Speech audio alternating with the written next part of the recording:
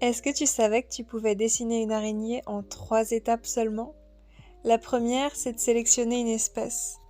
Regarde des photos et prends celle qui te semble la plus jolie. La deuxième, c'est de la reproduction. Tous les éléments essentiels de l'araignée que tu vois, la disposition des pattes, le nombre d'yeux, essaye de reproduire à peu près fidèlement ce que tu vois. C'est pas grave si au début c'est moche. Essaye de pas coller les pattes ensemble de manière trop symétrique. Comme si l'araignée avait 4 bras et 4 jambes. Tu colles un petit peu les pattes avant entre elles ou les pattes arrière entre elles.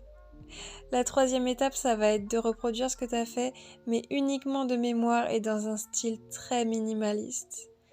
Des traits ci et là pour les pattes, pour la tête, une demi-boîte de conserve pour la tête. Maintenant que tu as le corps, tu vas rajouter la couleur, l'essence de l'araignée. Il y a des araignées sauteuses vraiment très colorées, surtout dans les autres pays. Je t'invite à faire tes recherches de ton côté.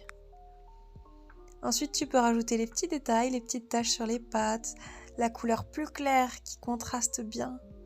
Et enfin, si tu veux rajouter plus de réalisme et de profondeur, rajoute la lumière, des petits reflets un peu partout. Et voilà, tu as dessiné une araignée sauteuse.